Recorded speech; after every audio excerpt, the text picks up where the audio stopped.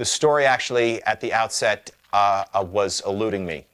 My older sister, Deborah, had just a year earlier graduated from law school, and she, because she wanted a lot of trial experience, she joined the Navy Judge Advocate General's Corps. She called me and she said, "You're never going to guess where I'm going tomorrow. I'm going to our base in Guantanamo Bay, Cuba. 10 Marines have broken into the barracks room of a platoon mate of theirs. They tied him up. They stuffed this rag down his throat. He almost died. And they are claiming that they did it all on the order of their platoon leader, that it was a disciplinary exercise called a Code Red." And I said to my sister, you know, this seems like an awfully complicated case with a lot of negative implications for military officers. And it seems like the government almost went out of their way to assign junior counsel to the defense and very experienced counsel to the prosecution. Why would they have done something like that? And it was at that moment that I knew what the story was about. I knew that this guy was going to be dead before the main titles rolled, that this was going to be the story of these lawyers in way over their head, assigned to plea bargain this case, and that one of them was going to rise up and say, no, something wrong is being done here, and I'm going to plead not guilty. This is a very powerful play. I mean, aside from the obvious things of examining military justice and, this wonderful courtroom drama that we had, it was a wonderful character piece about a young man who's struggling to, to extricate himself from the shadow of a famous father, a trial lawyer, and that's what I related to, and I thought, oh, this is something I can do. I mean, I can make this movie. And I went and saw the play, and the character I thought was tremendous, and I just thought the play, the writing was tremendous, and I felt it'd be a very challenging movie to make, and I wanted to go on that journey with Rob. I think the phone rang just a couple of weeks later, and Rob said, listen, what do you think of Nicholson playing Jessup? And I said, oh, gee, Nicholson, surely we can do better than that. We had a first reading of the piece, first day of rehearsal, which I do for every film that I make. I have the cast assembled, and we read the whole thing around a table. And I have to say that in this case, we had such a great cast, and there were such wonderful actors playing every part. But the fact that we had Babe Ruth playing Jessup, we had the greatest slugger of all time in Jack Nicholson, that set the tone for how everybody else was going to perform and how we were going to hear those words said on that first day. You're just excited to work with him, I mean, he's a legend, and you're excited, and beyond that, he's perfect for this role. The first scene that Nicholson started to read, he brought what you see in the movie to the table reading, and everybody sort of looked at each other and went, "Oh, we're playing pro ball." And you could just feel it among all the rest of the cast. This is about where the bar was before he came on to this, and this is where it ended up after he started to read. Everybody stepped it up. Jack just blew the roof off of the rehearsal, which was great. It was great because it's also another another side often of movie actors is that you save your stuff. You got to save your stuff because God forbid anybody should have to do it twice. You know what I mean? You want to save and save and save till you get to your take and your close-up, and then you actually try to do some acting, but you would never do anything in a first reading. No one had more fun, not only at the table read, but during the entire production, than Jack Nicholson. He is the party. He is the walking party. There was one person, and only one person there, who was more nervous than I was, and it was Wolfgang Bodison, who was making his acting debut playing Harold Dawson in A Few Good Men opposite Tom Cruise and Jack Nicholson. He had never acted a day in his life. He had been my assistant on Misery, and we were looking for somebody to play, Dawson. And he needed to be a big, tough Marine with a built well and a good-looking guy. And, I couldn't find anybody. I couldn't find the right guy. And I was bemoaning the fact that I couldn't find anybody. And I said, we need somebody. And Wolfgang happened to walk by at the time. I said, we need somebody that looks like Wolfgang. And I said, hey, Wolfgang, have you ever tried to act before? He says, no, I never did. I said, come on, let's try. So he said, why don't you come in and read for it and just, see how it goes. So, what do you don't say no to something like that. It's like, okay, fine. His steel-spined will, his honor, his code, what he's trying to convey to Kathy is there And the terror that you see and interpret as I'm on trial for murder and I'm talking this way to a naval officer, which is something I'm not supposed to do, is actually I'm acting with Tom Cruise and there's a camera on me, and this is really important. Rob saw what the audience eventually saw in Wolfgang, which was an absolute presence and a very, very specific pair of eyes that beamed. James Marshall's another one. I mean, there's another guy who just has this kind of almost like James Dean naturalism to his work. He puts a human face on these guys. He's really our first indication of, gee, there's something we don't know about this. These guys, I don't think, would want to hurt somebody. It doesn't seem like them. As far as the character and all that, I think it has to just do with imagination and, you know, thinking of yourself as best you can, putting yourself in a position of sort of creative denial.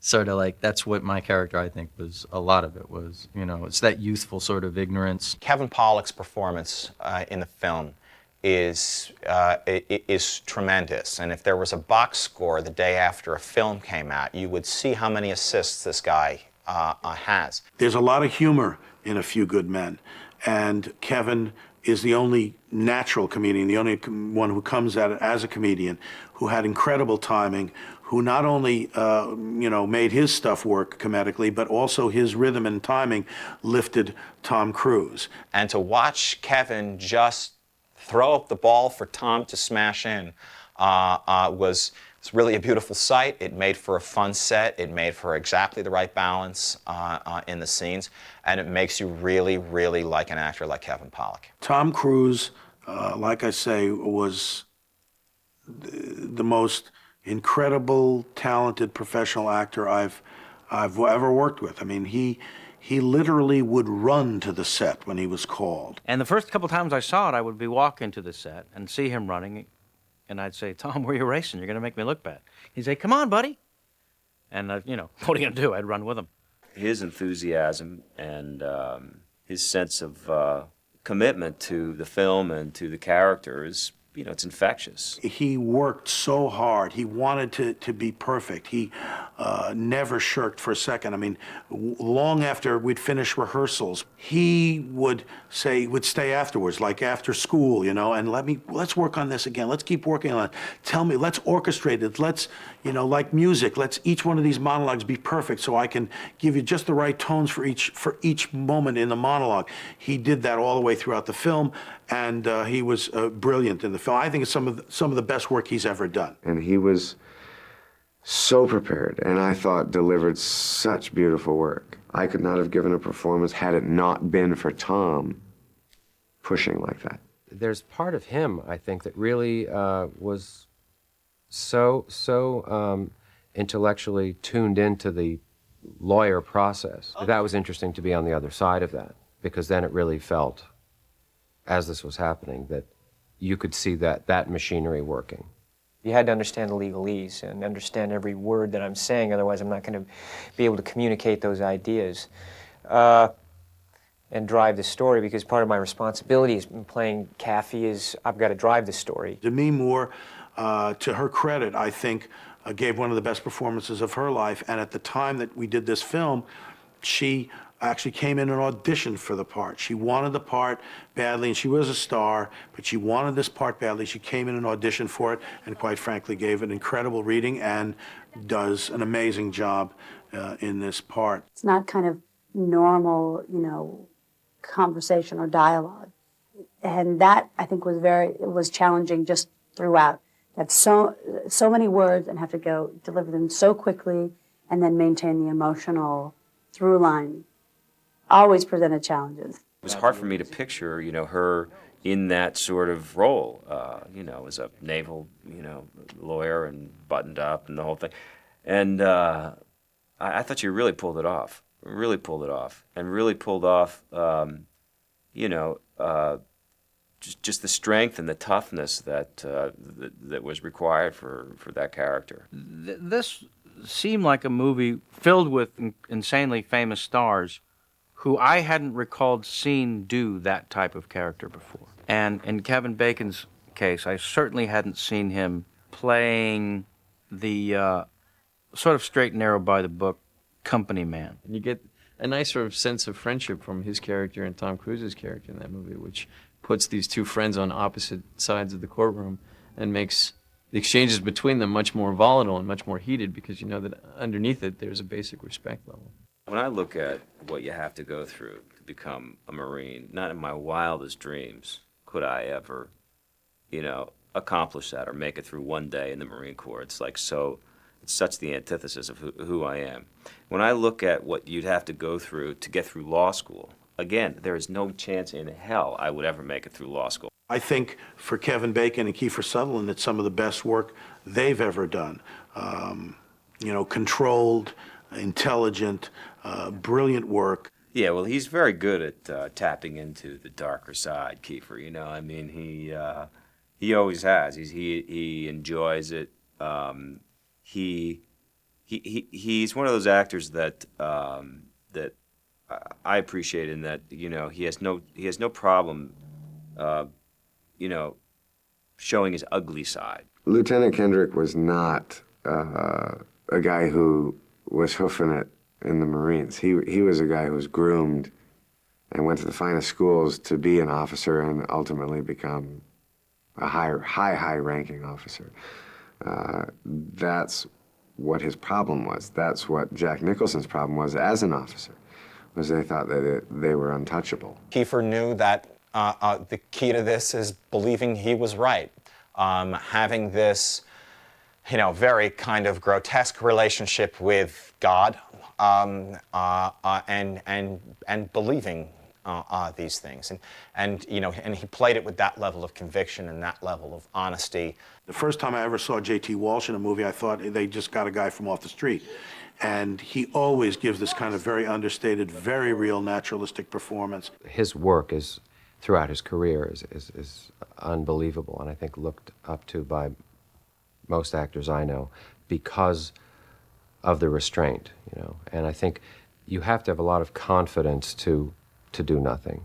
I can tell you that to this day, in so many casting sessions that I'm in, there'll be a moment where someone will say, what we need is J.T. Walsh.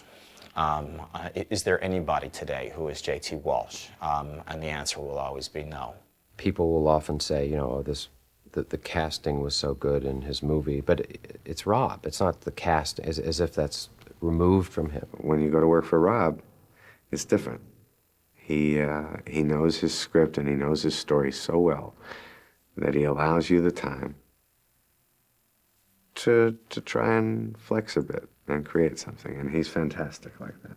He knows and has a very, very good sense of who he's going to be able to work with, what he can get out of people. And I think something which I haven't mentioned is the idea that if you look at his films over the years, the level of work that he gets out of actors, whether they're known or not, is on such a high level. In terms of an actor's career, that may be the best work that they will ever do. The way in which Rob works is with such focus and such simplicity and discipline. He allows the actor to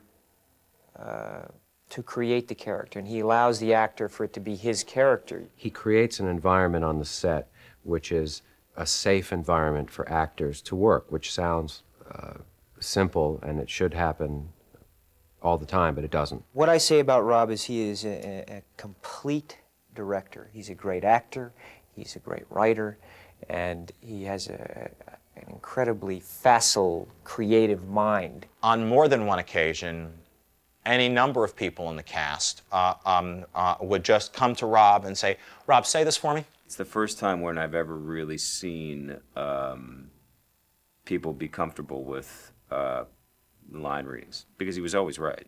When I saw him do it several times with both Kevin Bacon and Tom Cruise, where without giving them line readings, he was sort of giving them a performance quality that he was looking for, and it usually came on lines that he wanted to be comical, to be funny. It's almost immediately apparent that it's organic with Rob. It has nothing to do with a line reading, and what he's doing is acting out the scene because he's an actor, and it's one of the ways he communicates. So I hadn't really said to Tom or to me, is he giving us line readings? Because it's so enjoyable. His knowledge of rhythms, the musical rhythms of comedy and dialogue, are at a genius Yoda-like level. The scene that means the most to me is the scene where Tom Cruise as Kathy breaks down. He'd gotten drunk because Demi Moore, her character, did not know that one of the defendants was not a witness to the order, was not actually there and present when the order was given to give the code red.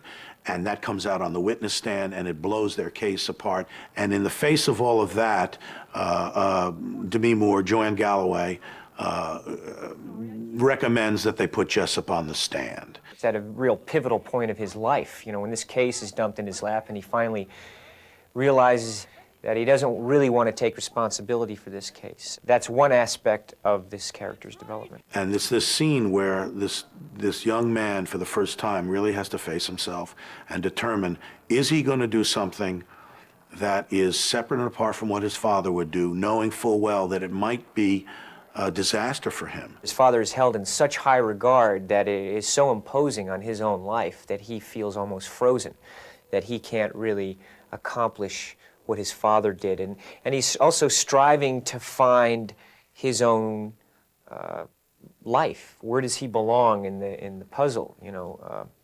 So this is, you know, he really has to confront who his father was and who he is and really make his own decisions. Sam brings it up, how his father was a great trial lawyer, and that, and he's and Kathy's asking me, would you put Jessup on the stand? Do you think I should do it? And he does it because he thinks that this is something I can do. I am not my father, and this is what I want to do. And it's the turning point in the film, that his decision to make, to decide to put Jessup on the stand is the turning point in the film, and it's where Kathy becomes a man and becomes his own man. You know, a challenge of doing a scene in a courtroom is that it can get both claustrophobic and static. People are sitting and not moving, basically. The jury is sitting, the witness is sitting, the judge is sitting, the lawyers are all sitting. And so you try and build in moments like Barnes on the stand, Noah Wiley's character, and Kevin Bacon presenting the various handbooks to him and kind of smugly saying no more questions. And as Kevin is going back, as Ross is going back to his table, Kathy is heading to the witness chair and simply snaps the book out of his hand. You try and create moments like that. In the course of shooting that scene, Rob Reiner and Bob Richardson sort of went off for a second and came back and decided that it would be much smoother if, as Kevin Bacon was walking back to his table, Tom Cruise just snatched the book out of his hand and came marching right up with it. And it's a moment that really, really works well and says volumes about his character. It's a part of understanding as an actor, because Rob is an actor, knowing how to move around in a set.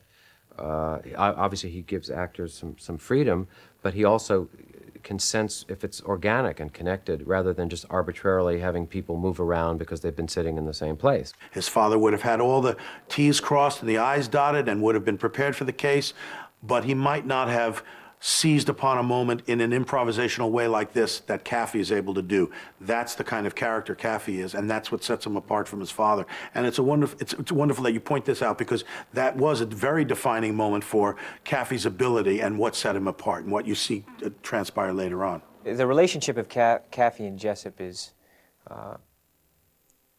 you know, it really is about his moral codes versus what I feel my moral code is. And I think the fun part of the movie is that he comes to realize who this man is.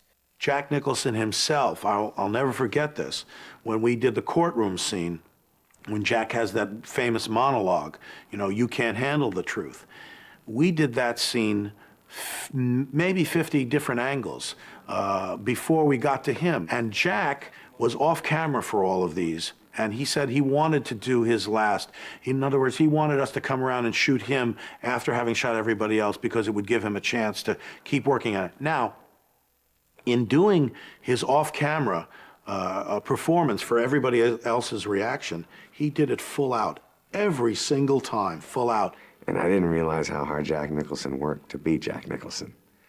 And that being that good that many times in a row was not a fluke.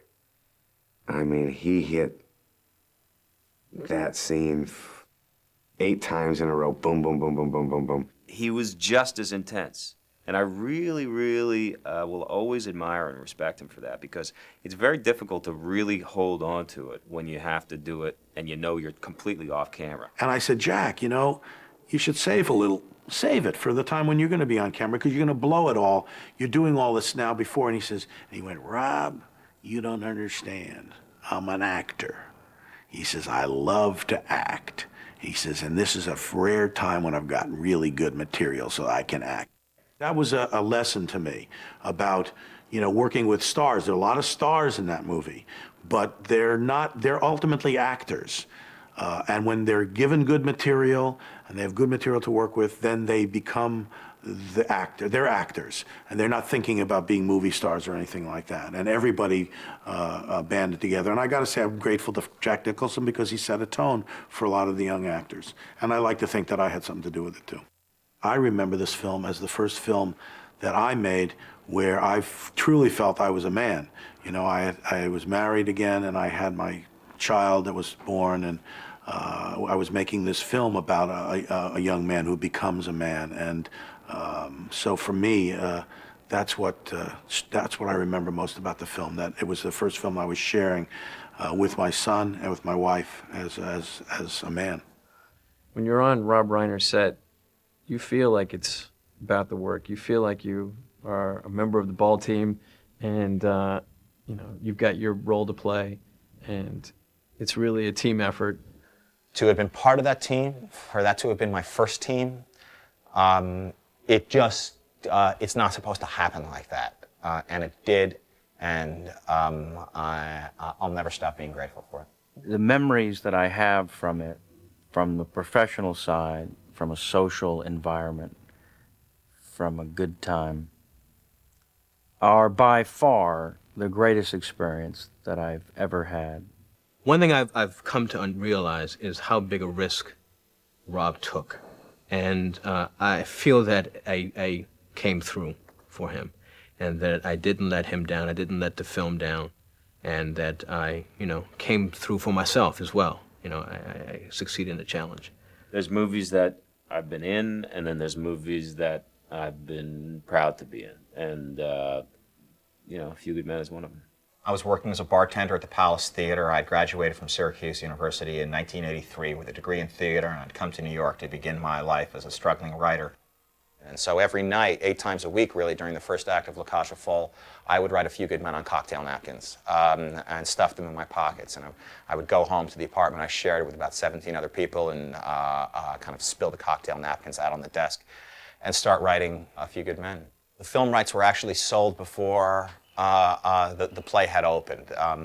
David Brown, who produced the play on Broadway, saw and is a legendary film producer, saw film potential in it and bought it. The play of A Few Good Men was sent to us as a writing sample. And we said, well, wait a minute, what's happening with this play? And we found out that it was on Broadway, and that there was people involved in wanting to make it. David Brown owned the rights. And so we went to New York and looked at it on Broadway and thought, wow, this is incredible. Let's see if we can get the rights to this. I now had the job of writing the screenplay of this play, which on the one hand I was very, very excited to do, because I felt like, you know, remember A Few Good Men was really the first play that I'd written, and it was a kind of a learn-as-you-go situation for me. And I felt that now, after having written 23 drafts of the stage play and living through the rehearsal process, living through the out-of-town process. We were in Virginia, we were at the Kennedy Center in Washington, D.C. We previewed for a while on Broadway. We ran on Broadway for a year and a half. And I felt like after working with all the great people I'd worked with on the play, Don Scardino, who directed it, Robert Whitehead, Lewis Allen, Roger Stevens, and David Brown, who produced it, I was just a better writer than I was 2 years ago, and could write A Few Good Men better than I had 2 years ago. So I was looking forward just to writing A Few Good Men again.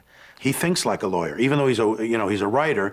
He thinks like a lawyer. He comes from a family of lawyers, and that's why I think the courtroom drama is crackles. I mean, the dialogue just crackles. He writes the most wonderful dialogue of any writer today. But I also had to write a movie now, and I didn't know anything about movies. I had grown up just watching plays and reading plays. Plays were all I knew. I went to the movies like anybody else, but I wasn't paying attention the way friends of mine were. Other people I know who do what I do can tell you who the makeup guy was on every Hitchcock film, and I was never that person. So when I was writing the A Few Good Men screenplay, not only had I never written a screenplay before, I'd never read a screenplay before. And the first thing I did was I went to the drama bookshop, and they have a screenplay format book, which I took home, and I tried to learn the rules, and this is what you capitalize, and you indent this 5 spaces, then drop down 2 spaces, move back, you don't capitalize that, you put that in bold, and it took me a week to write about a half a page because I constantly had a ruler out seeing if I had indented it enough or capitalized it enough. It wasn't until the great, great screenwriter and novelist William Goldman kind of tapped me on the shoulder and said, don't worry about the format, write your movie. A unit production manager is going to come along and type it right. Just write your movie, make it readable, make it fun. That I felt free to write the movie. But the other thing that people were saying to me was, how are you going to open it up? How are you going to open it up? What are you going to do to open it up? And I didn't really know what that meant, but it sounded like something people were telling me to do. And it was something that I was nervous about because the movies that I was watching, the movies that seemed to be popular, weren't 2 people in a room standing and talking to each other all the time.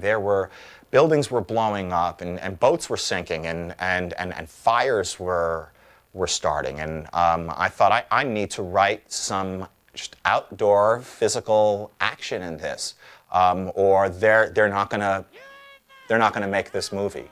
So there's a scene in the film where Tom Cruise is driving his car down the street. He pulls over to the side of the street. He gets out at the curb. He buys a copy of Sports Illustrated. He gets back in his car and he drives away. And that's my action sequence in the film. The example of the flight tags, which is a device that we used in the play, is another good example, both of what changed when we were going into the film and how Rob Reiner and Andy Scheinman, the great contribution that they made to the storytelling of it all. Andy Scheinman and I went to work with Aaron Sorkin on redoing the screenplay and getting it ready to be shot. And quite frankly, I mean, the lion's share of this is Aaron Sorkin. I mean, this is his writing, it's his story, it's his play. But I do think that Andy and I brought a lot to it, and that we plugged up a lot of holes, a lot of plot holes that you could get away with in theater. Because you have live actors there, you kind of get swept away with things. In a film, you have to plug up the holes a little bit more because they're a little bit more transparent on film. He likes to do what's called pressing something. A plot point. He'll stick his thumb on it and press on it as hard as he can. And if it falls apart under scrutiny, he doesn't want to do it. Well, the tag device in the play, to him in his office when we sat around talking about the script, it fell apart under scrutiny. And he badly wanted me to devise something else. And what we came up with was the clothes in the closet. The clothes in the closet is really the one moment in the film of A Few Good Men that you can't do on stage. And that you can only do in the movies. On stage, I would have had to have written a speech about, gee, you know, I looked in this guy's closet and there are all these clothes hanging up there, and it's funny, he's got large t-shirts and medium-sized t-shirts, and then, you know, later at the end, he would have had to say, wait a second, the clothes in the closet? He had white t-shirts, what were the clothes doing in the closet? You would have had to have written a lot of language about it. And here, I simply write in the script, I direct Rob's camera to look at the closet, and he goes back and we do the same thing when he's in his house getting his baseball bat, looking at the clothes in the closet. That was the only moment in A Few Good Men in the film that you couldn't do on stage. That's why I'm very proud of that moment in the screenplay. Most scenes in the film are near direct transfers from what they were in the play. There are a few exceptions, but most scenes in the film are right from the play. And the scene where Kaffee and Jack Ross, the prosecutor, speak for the first time about the case was set entirely in Kaffee's office. And in fact, the way I had written it, no sooner did Jack Ross leave the room than Joanne Galloway walked in the room, and the two of them play their scene.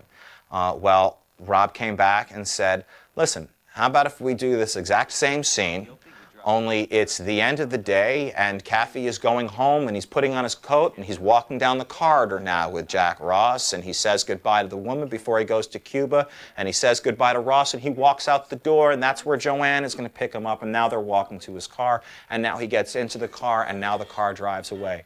It was the exact scene that I wrote, only Rob had applied motion to it. And it gave us the sense of the world is moving in one direction and we're moving forward, and we got to sit on the edge of our seat a little bit. And it was a fantastic directorial move. And the other big plot thing that we changed was with Markinson. Markinson kills himself, and in the play, he just sends them some cryptic note to kind of let them know that maybe there was something about the, whether or not the plane left Cuba and didn't land in Andrews. But my feeling was, if a guy's going to kill himself, he's not going to leave a cryptic note. He's going to tell them what it is. He's going to tell them what he knows. So that's why we had the character Markinson, played by J.T. Walsh, tell Kaffee what had happened, so that they had the information. They therefore could go forward. And then he kills himself because he knew he was going to kill himself, because he didn't want to be the one to take Jessup down. So that was all orchestrated in a different way in the movie. There was one other thing that we came up with that I thought was a wonderful conundrum. Jessup had talked about the fact that his orders were always followed, that if you didn't follow his orders, you'd get in trouble. And he gave an order for this guy not to be touched.